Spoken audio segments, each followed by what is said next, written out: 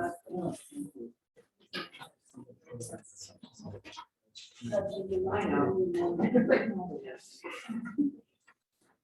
Good morning. Good morning. This is answered prayer, isn't it? Yes. Merry Christmas, everybody. I am Reverend Sharon Dunn. I'm the senior minister here at the Sacramento Center for Spiritual, welcoming you to our candlelight service. And to bring more chairs in is kind of choking me up a little bit. We really want to be together, don't we? We want to be in connection as people, don't we? And I'm really excited to welcome you this morning. I do want to thank Ruth, our production team manager, for putting this together, and her beloved Cookie, who supports everything she decides she might want to do with her life, which is being our board trustees president. And if that's not enough, my biggest support. So thank you.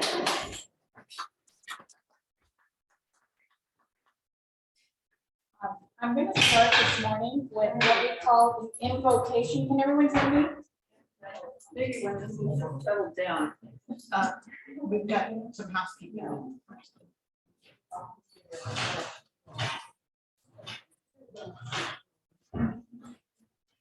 Can everyone hear me? Okay, good. So we have built a what we call a hybrid community, haven't we? With COVID, we've learned how to be together online via Zoom, which is a conferencing website, and we have now added in-person celebration. So we're doing both, where we have our beautiful members joining us online here today, as well as us being in person. And that, again, is because of Ruth. Let's give her a hand.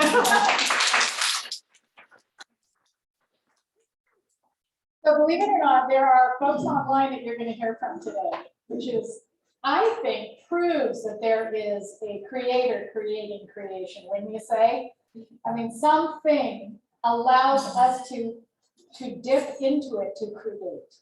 And this technology. So let's give a hand for Spirit. Yeah. The other thing we've done is we've built a website, and we want to thank Jaime, our beloved website designer, for his beautiful work on our website. And if you go to saccsl.org, we can connect there as well. And you can see all of our services that we archive on that site. You can also hit a link if you're at home and we're live here in person, and it will take you right into the room. So our website is pretty fantastic. You can connect with us. You can find our events and classes, our workshops. You can leave prayer requests there, and our prayer team will pray for a week on your prayer request, which is phenomenal. And you can send your friends there if you say, well, you know, I go to this kind of different place. And it'll explain on this website what we believe. And you can also, and most importantly, donate to us from the website. So I invite you to go to our website for all of the announcements that we're not going to do today, because we're going to get, right into our sacred service. So before I do that, we do have classes at our center. Some are certificated classes, meaning that home office keeps track of your education for different purposes. You might want to be on a practitioner track or a ministerial track, or just take classes for your own enjoyment. So we do have a few certificates to give out for people who have completed their classes. And if you're here, please come, Doug VanWoerkom. Matt Rush. We'll make sure we hold he and Stephanie Rush's certificates. Margie is online with us, and so we will make sure that when we see Margie in person, she will get her certificate. Reverend Debbie Putnam. Linda Connolly is our practitioner. She's also online today. So let's give a nice warm hand to those two. I will say that we do have some classes coming up. Our first one is going to be taught by Reverend Patricia VanWoerkom, who is a master teacher. And we're going to hear from her in a little bit. But what we're going to do now is enough noise.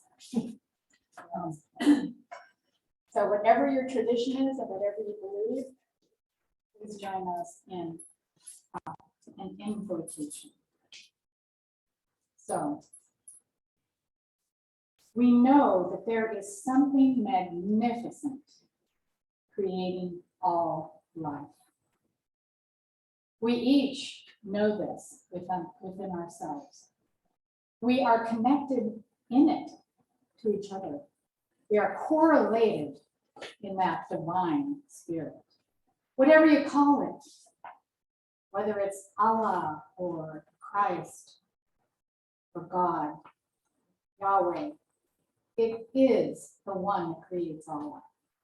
All sentient beings, animals, and nature, it is the magnificent mind that we all have access to.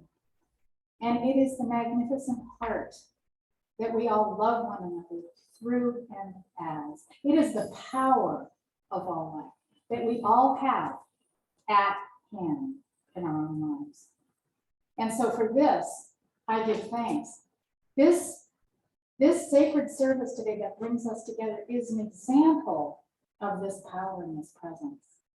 And in it and through it, we can do anything.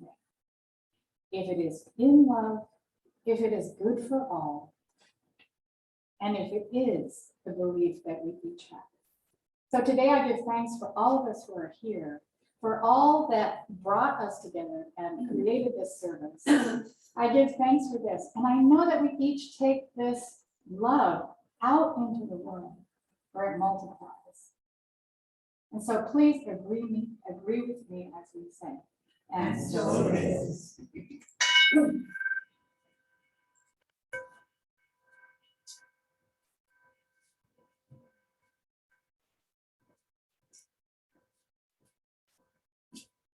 So our teacher of this faith is Ernest Holmes. He wrote a textbook, and we use this textbook in our classes and in our lives. And he was a scholar of all scripture, the Vedas, the Bhagavad Gita, the Bible. He loved it all, and he saw the connection in it that we have with each other, that we all believe in the same thing. We have different rituals, different traditions. We call it by different names, but we all call it. And so he did meet a master teacher, Mary Baker Eddy, who created Christian Science. She had a student, Emma Curtis Hopkins, who left Mary to expand in her own ministry, and she was the teacher of Ernest Holmes. So there's some lineage to Mary Baker Eddy that I've always loved. I look at Debbie because she knows very well the Christian Science teaching. We are not Christian Science. We are religious scientists, a little bit different in our viewpoint on things. But the lineage is there, and we respect all of the master teachers. Ernest Holmes loved Emerson and all of the teachers. So I found this very old, I want to say first edition, but I don't think so, but close to the teachings of Mary Baker Eddy.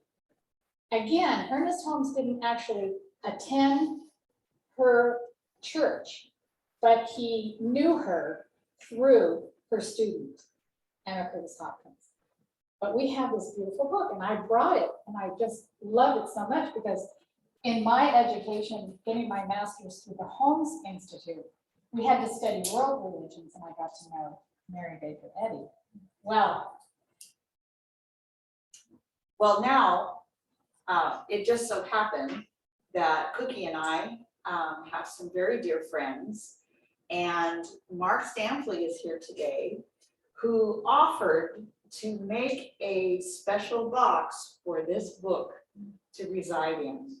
And you'll see some pictures up there, and certainly encourage you to come up and look at it later. But Mark actually made this book by hand and donated it to our center. So we want to thank Mark so much for this. And I believe, correct me if I'm wrong, Mark, but I hear the story is that your mother and grandmother were religious scientists? Christian scientists, right? My grandmother. Your grandmother. And you carried a small version of one of these books when you were in the military, is that correct? Yeah, exactly. It started with my father. My grandmother, who was a Christian Scientist, gave him a pocket version of that Bible to carry in World War II. wow. So she gave it to him, had him sign it, put his serial number down, and dated it. It was sometime in 1942. He carried it through World War II. He was there 3 or 4 years, Army, combat engineer, and he made it through just fine. Fast forward to 1968. On 1 week, I was a Navy Seabee, and we all knew that I was headed to Vietnam. He gave me that book. He had to sign it, date it, my serial number.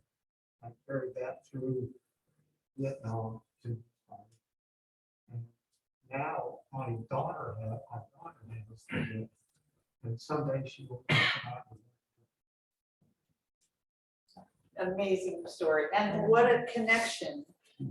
I To be able to- recognized it immediately. Yeah, what a connection to be able to have this special box that you made for this. Thank you so much. Thank you. And now it is my distinct pleasure to bring our master teacher forward, Reverend Patricia VanWoerkom, who loves the candlelight service and has done it for us for years now, I can say. And she's going to lead us into our candlelight service, following which we'll have some social time together. So, welcome.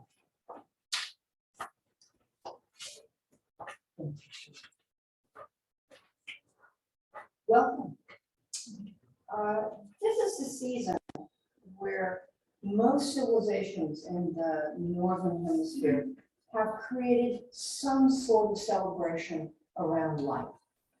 We have Hanukkah, we have Diwali, we have the solstice celebrations, and of course, Christmas.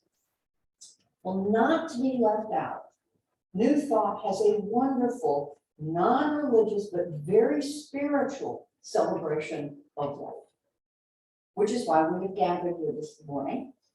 'Tis the season to remember and reflect on the beauty and the wonder of life. Judge Thomas Troward, who was also one of the leading lights in the New Thought movement, was a British judge who served in India for a number of years, and he was able to bring together underlying ideas and truths from the Western approach to spirituality and the Eastern approach to spirituality. He was a major influence on Ernest Holmes and on New Thought in general. So after writing a book that was essentially a logical argument, that wonderful British legal mind, a logical argument for a universal creativity, is what he called it. Substitute whatever your favorite euphemism for God is. He wrote a book about, after that, he wrote a book about the introduction of a personal factor. that in addition to this universal creativity, there was a direct relationship with the individual.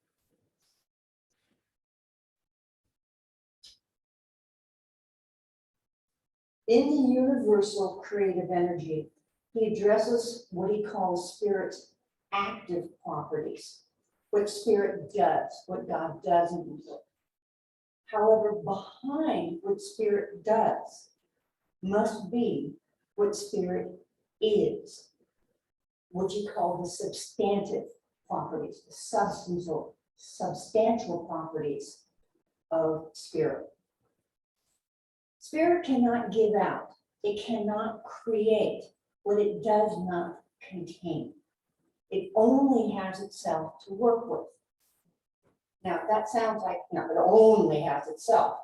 Well, given that spirit is infinite, that gives it quite a bit to work with. So the entire sea-touched world came out of all that it has to work with and so much more. So we have a lot there.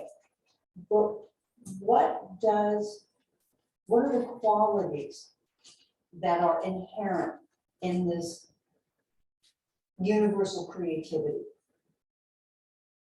Trower then lays out a very powerful and well-reasoned argument of what those substantive properties are, which New Thought as a whole now accepts and considers and agreeing them the essential qualities of God.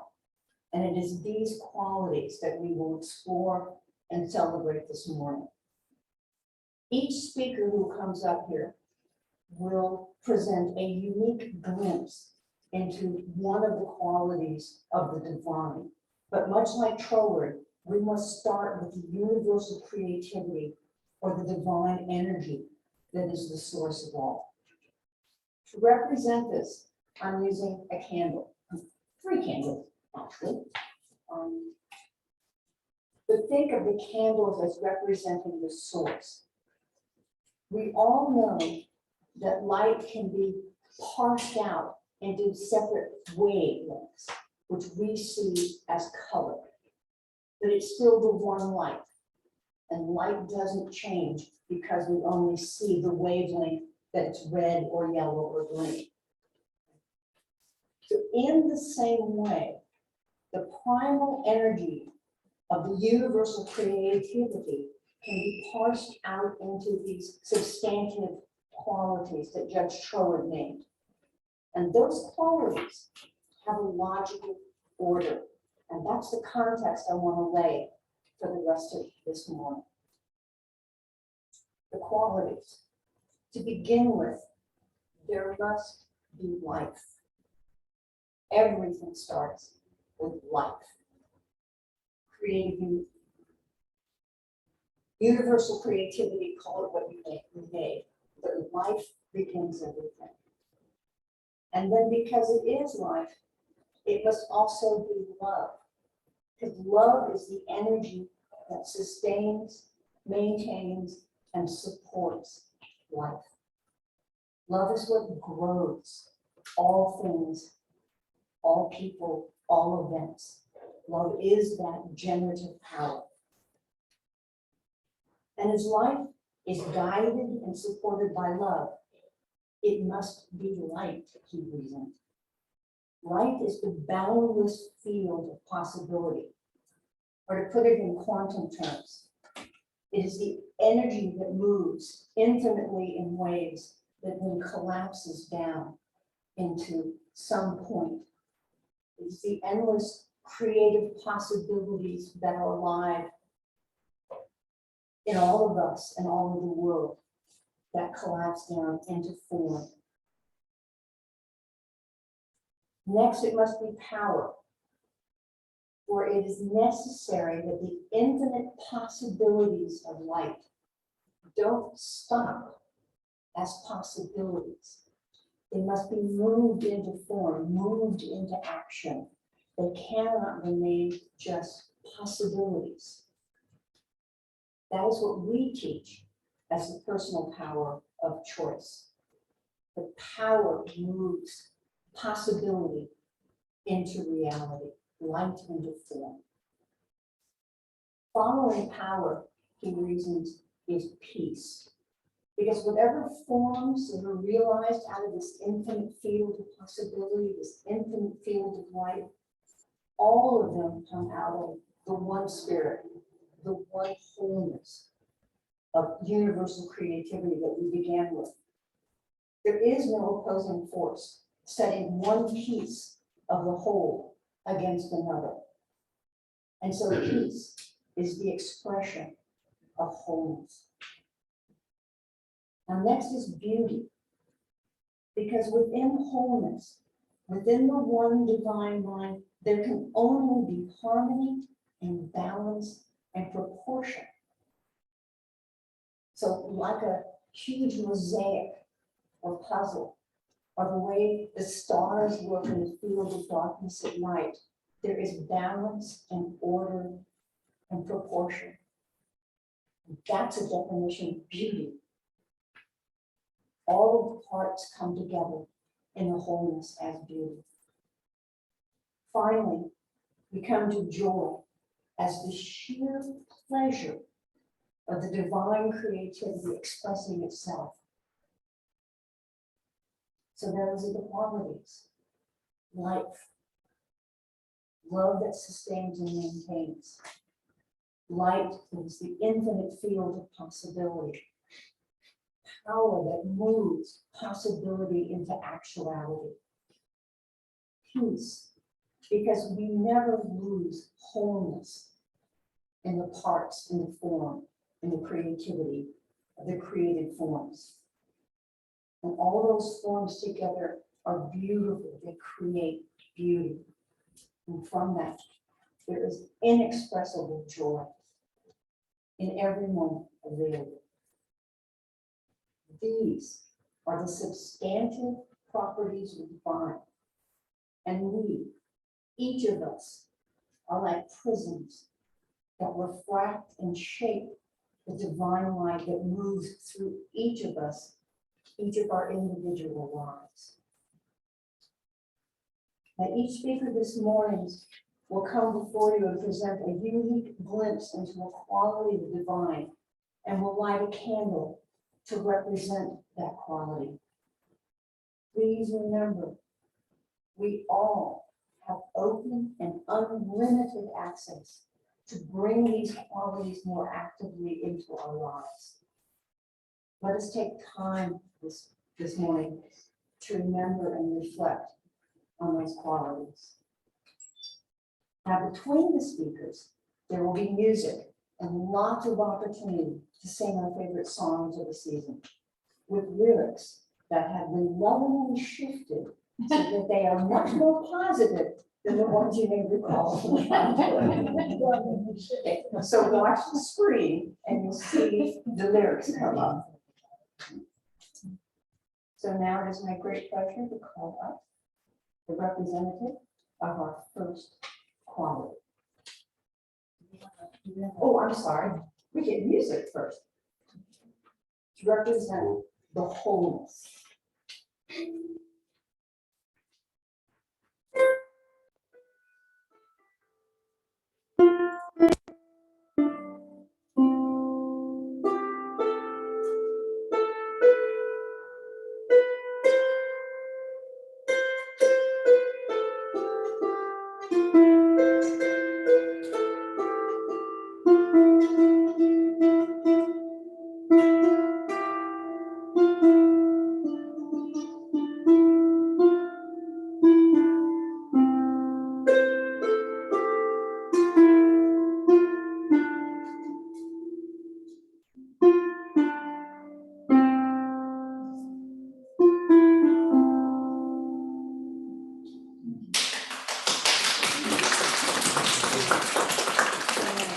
Our first quality.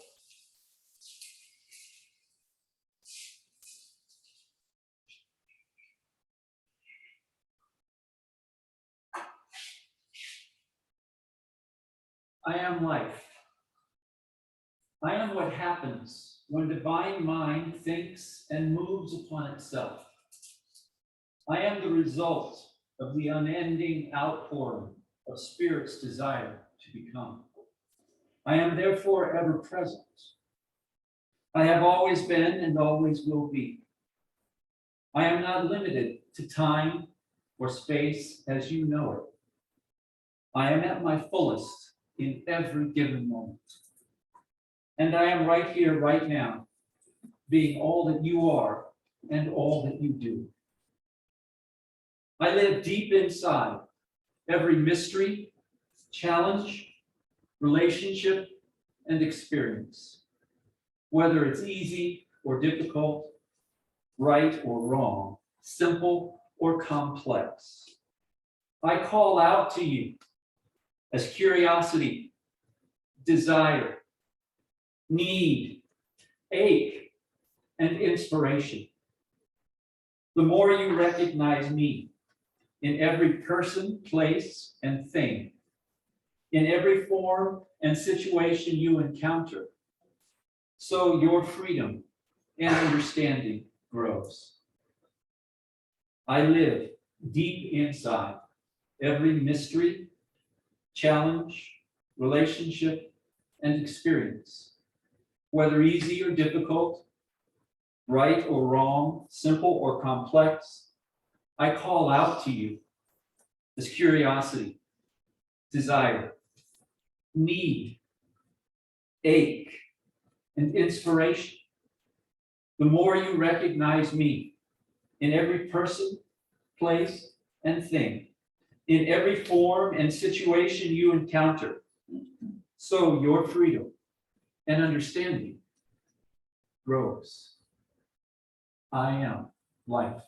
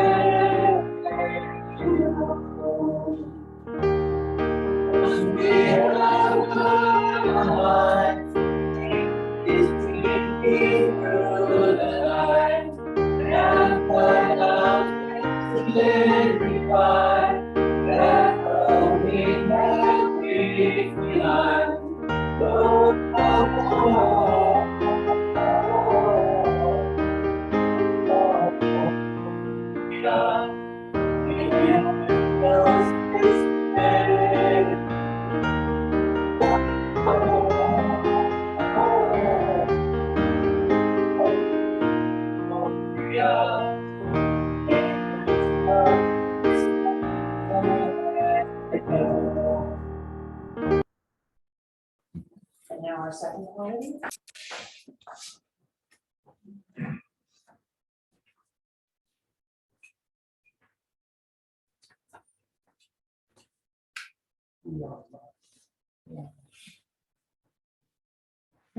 So Ernest Holmes says, love is the principle of life, for it is the nature of everything to give.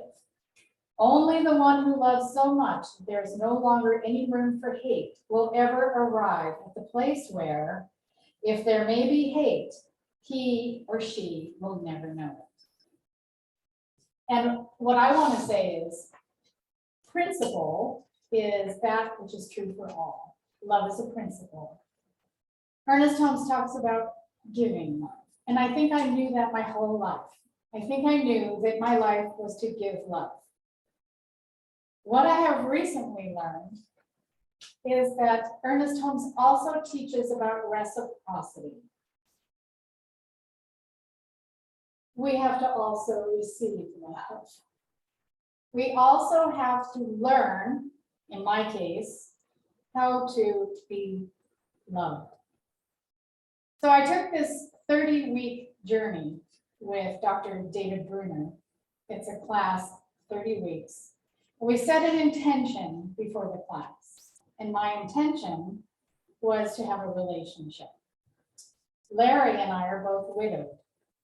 I wanted someone who would understand that after 45 years of marriage, I didn't know what love would or could possibly look like.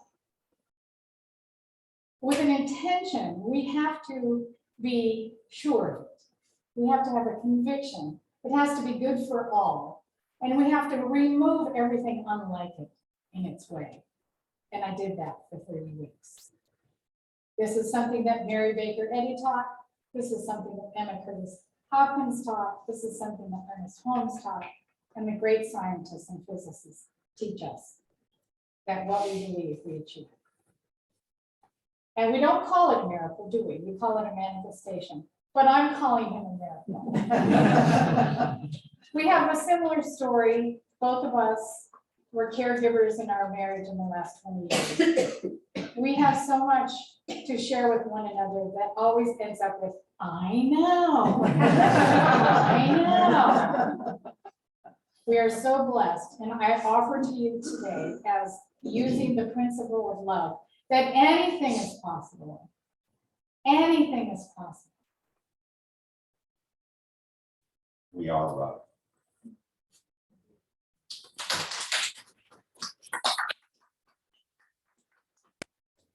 Why don't we stand up and sing our next song?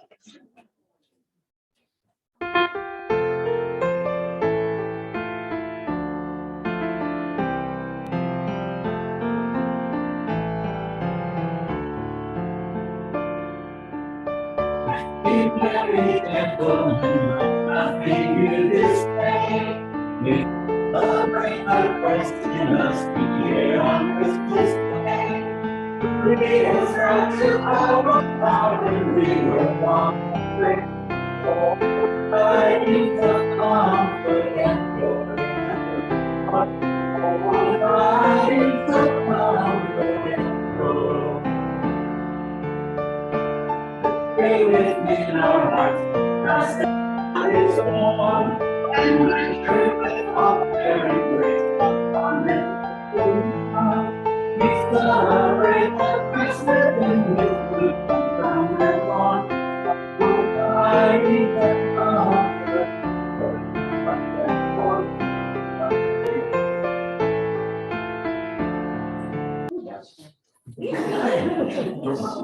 Now our third one.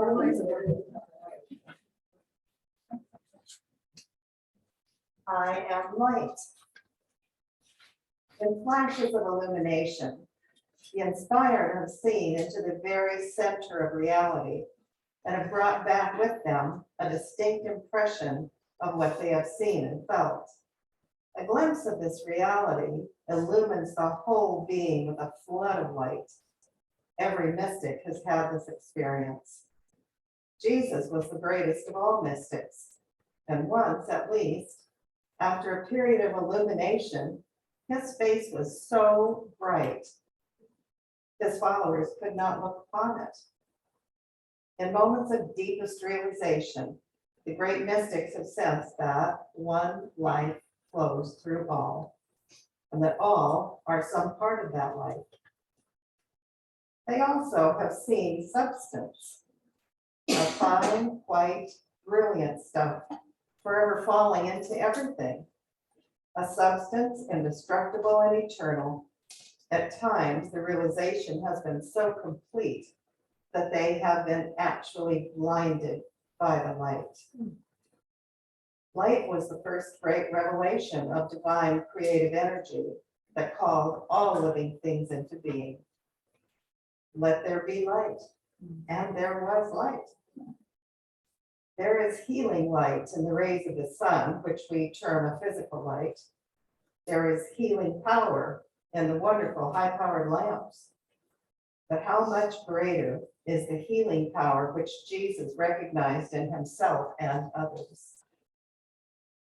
I am the light of the world. He that followeth me shall not walk in darkness, but shall have the light of life. I have set thee to be a light. He that loveth his brother abideth in the light. The sons of God without rebuke, ye shine as lights in the world. Ernest Holmes, Science of Mind. This is from Blessing for the Light by David White. I thank you, light, for your visible invisibility, the way you make me look at the face of the world so that everything becomes an eye to everything else. And so that strangely, I also see myself being seen, so that I can be born again in that sight, so that I can have this one other way, along with every other way, to know that I am here.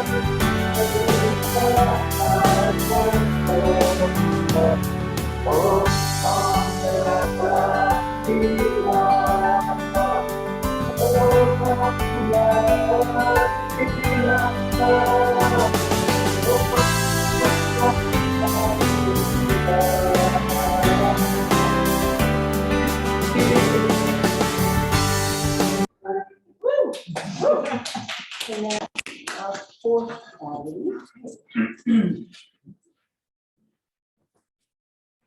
I am power.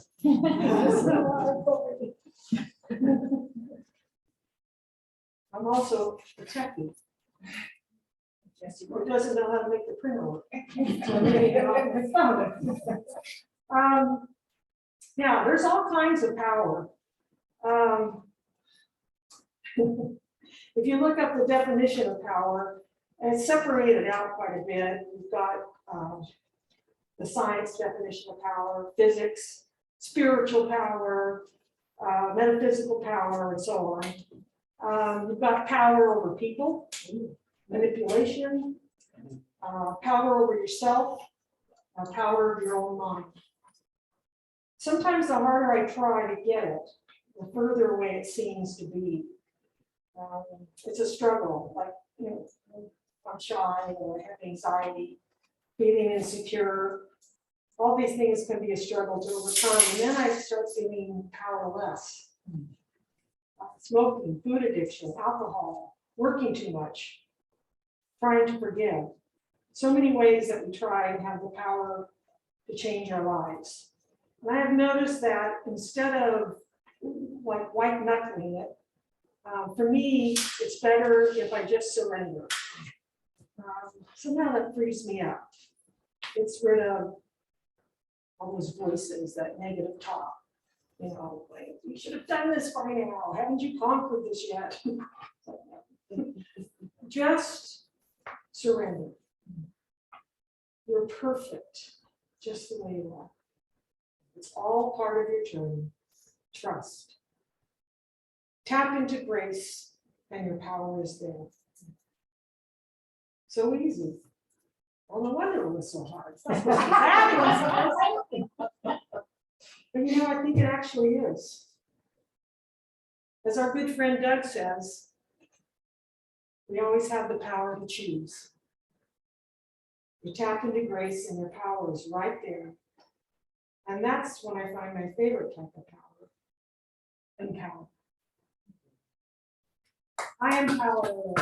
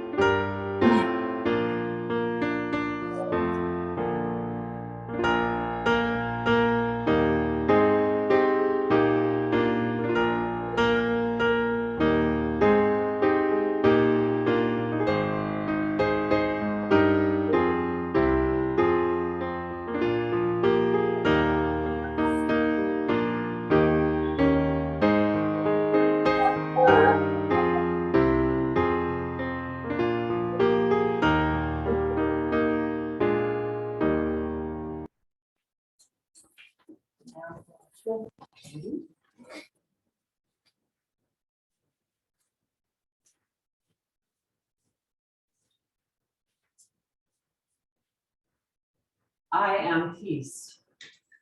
And sometimes I forget, so I wear this shirt. Does anybody forget their moments of peace? Many years ago, I was sitting in a parking lot outside of a psychiatric facility, waiting for my daughter. Not the daughter who's here today. Welcome, Heather. I love you. A different daughter. We have 4. To come out of her appointment, and I really don't remember anymore whether she had just come out of a psychiatric inpatient or whether she was just going into one, because there were several times during those years. And I sat in the parking lot, and what do you do when you sit in a parking lot? I meditated. And in that meditation, I opened up to the most profound experience of peace, which I only recently learned to call a mystical experience, because I'm always like, oh, mystical experiences, I don't know if I've had any of those, right? And so it is my desire that each and every one of us opens up to that place within us that is our essential truth, that is the essence of who and what we are. In the book that I may still read from, I don't know, I was inspired to speak to you about this instead. Stillness Speaks. He talks about how when we lose connection, this is Eckhart Tolle, when we lose connection with that sort of essence of who and what we are, we lose connection kind of with everything. We become subject to the world, to all the things out there, rather than the truth of who and what we are. And the truth of who and what we are, some of those words on that last song, I don't know if it kind of, Reverend Sharon talks about needing to be spiritual translators sometimes. So it's kind of behold the incarnate deity and how this Godhead incarnated. This Godhead incarnated in each and every one of us. We are all this incarnation of the truth and the wholeness and the peace. And so I invite you right now to do what Eckhart Tolle says. Close your eyes for a moment. And take a breath. I know you're always breathing, but pay attention to your breath and to the seat that holds you.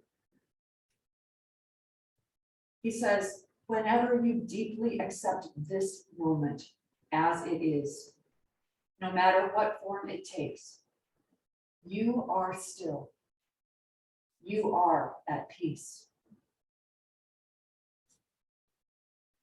Pay attention to the gap between two thoughts, the brief, silent space between words in a conversation, between the notes of a piano or flute or beautiful harp, or the gap between the in-breath and the out-breath. Right now, pay attention to the gap between the in-breath and the out-breath.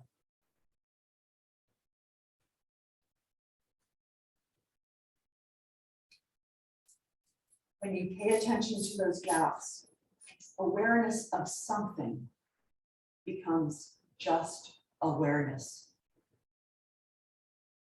The formless dimension of pure consciousness arises from within you and replaces identification with form.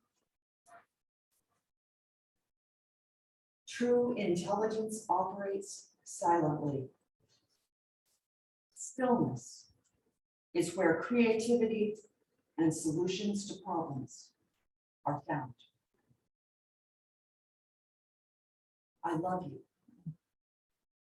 I am peace.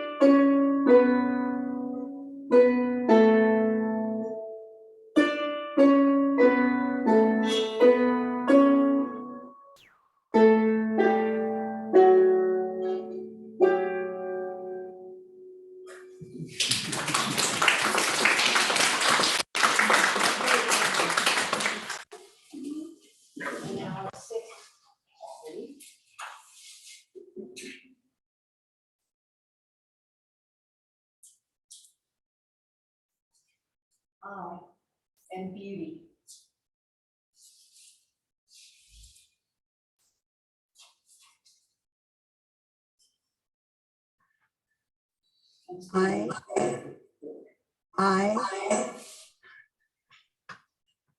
I am beauty. Truly, truly, beauty lies in the eye of the beholder. Who then is the eye of the beholder? Beauty lies in the eyes of the beholder is a paraphrase from a statement by Greek philosopher Plato, and is expressed by an Irish novelist in the 19th century. The connection of beauty to the eyes of the beholder is much deeper than what it looks. Irish novelist Margaret Wolfe Hungerford is credited with the coining the exact phrase in her novel Molly Brawn, quote, "Beauty is in the eyes of the beholder." Beauty means beauty doesn't exist on its own, but is created by observers. To be a beholder, you have to pay attention. The beauty that grows from a life of giving of yourself to others will glow in your eyes and shine from your face. True beauty is attractive to those who value and seek it. Associating beauty and art with mind and spirit holds that the beauty of art is higher than the beauty of the nature, on the grounds that the beauty of art is born of the spirit and born again. Our founder, Ernest Holmes of Science of Mind, gives us the principle of any science is invisible. Okay,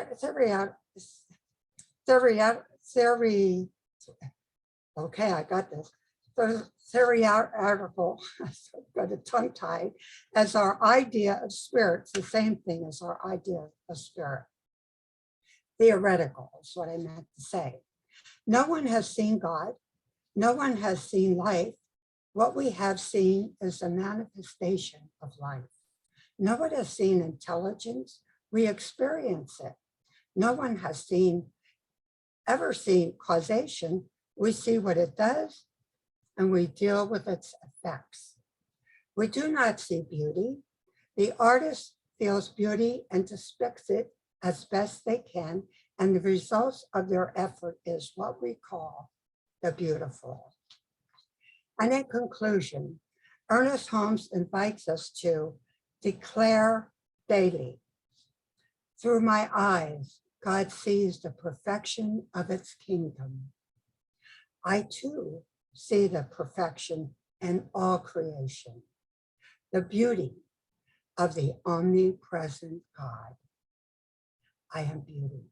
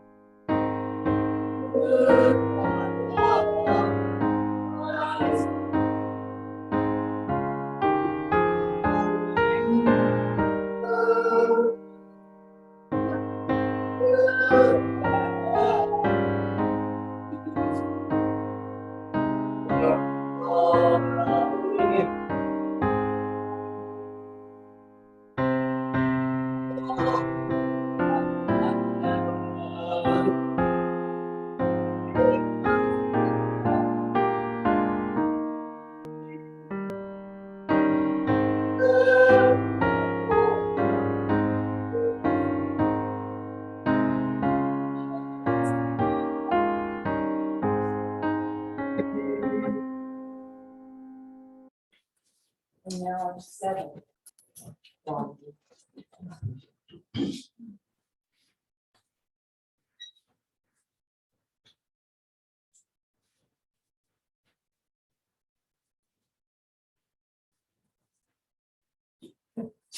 I'm Joy. And I'd like to remind you what the definition of joy is. It is a feeling of pleasure or happiness that comes from success, good fortune, or a sense of well-being. That's Webster's definition. I think that I disagree, actually. Yeah, right on. I have found joy in my life to be a sweeping sensation of ecstasy, although brief, that flows through me like water through a sieve. I remember my first experience of joy. I was about 5 years old, and my mother came in the night and woke me. I was in Kentucky. We had just come from 3 years in Cairo, Egypt. And she led me to the window in our house and drew back the curtain. And it was snowing. It was the first time I'd ever seen snow. I felt this incredible joy. But when I looked at my mother, I saw the same joy on her face. And after a year of agony from the divorce that had happened, to see joy on her face for the first time in a year was amazing and gave me hope that things would go well. The next thing I remember as a child was I saw my father every summer, and I had to fly to get to him, and my brother and I went.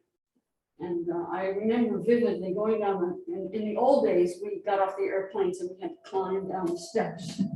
And I was little enough that I had to do it one at a time. And my father was standing, you know, at some distance in his TWA uniform. He was a pilot.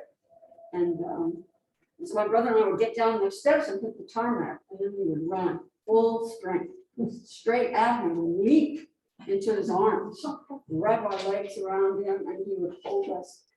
And that was an incredible joy, because I loved him more than anything. And that's a vivid memory of joy from my childhood. And when I became an adult, joy was like a different sort of phenomenon. It didn't come very often. It usually tended to come when I fell in love. And that was always kind of a strange experience. And as I got older, because I fell in love more than once, as I got older and I fell in love, it seemed that it almost seemed as if something was drawing me into this relationship that was almost out of my control. And that was a very strange experience, except that as life moved on, I learned that from each experience that I was involved in, I learned a great deal, and it drew me in a certain direction. And as time has gone on and I have gotten older, I've begun to believe, you know, that joy is a spiritual sort of experience that comes from deep within and kind of bubbles out. And as you get older, it isn't as brief as it used to be. It tends to be more frequent and lasts longer. And mystics and the poets, they know that. They try to tell us about it. So I thought I'd remind you of a few things that the poets and the mystics have to say about joy. And Rumi says, when you feel a peaceful joy, that's when you're near the truth. I love that.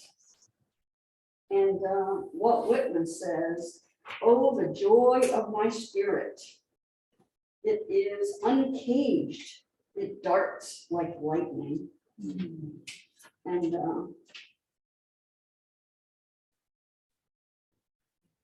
right.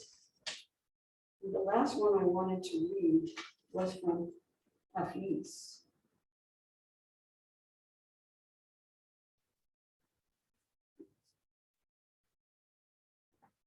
Well, I thought I had enough light.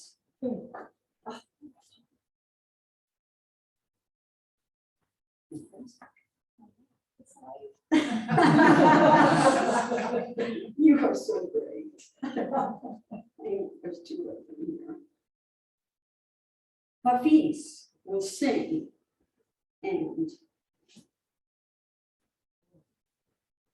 he will sing 1,000 words, and you can take into your hands, like golden saws, silver hammers, polished teak wood, and strong silk rope.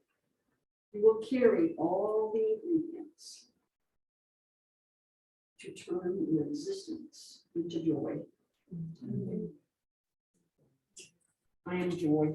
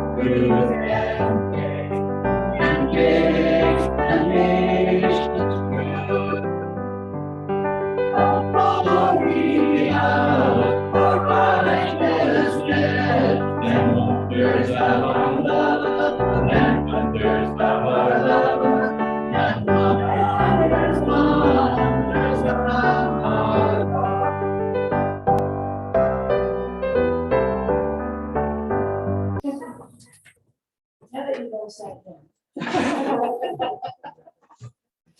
We're gonna bring this to a close with the group candle lighting. Now, when we have the ability to do live candles, we would bring our little candles forward and you would be encouraged to light them off of the candle of the quality that you want to bring into your life. We're going to do a modern adaptation of that. With your little light, once you put it over and turn it on,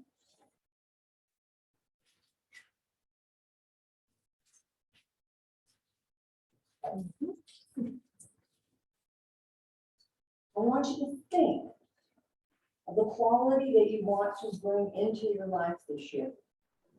And come forward, and we're going to gather around and sing our benediction.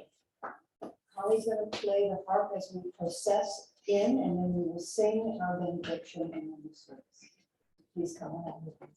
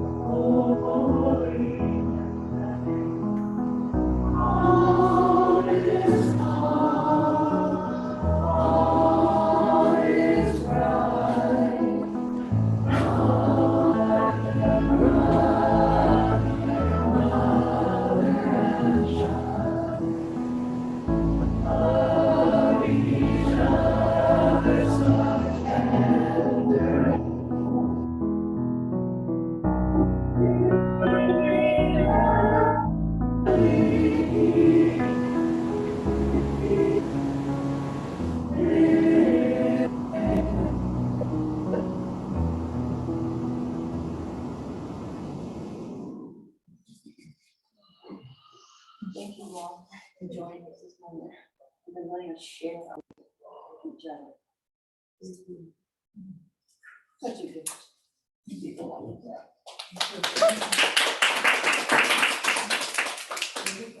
So, happy Christmas. Happy Christmas. Happy Christmas, Merry Holidays. Speak among yourselves. And you can take your wife home. Not this one. No, not those.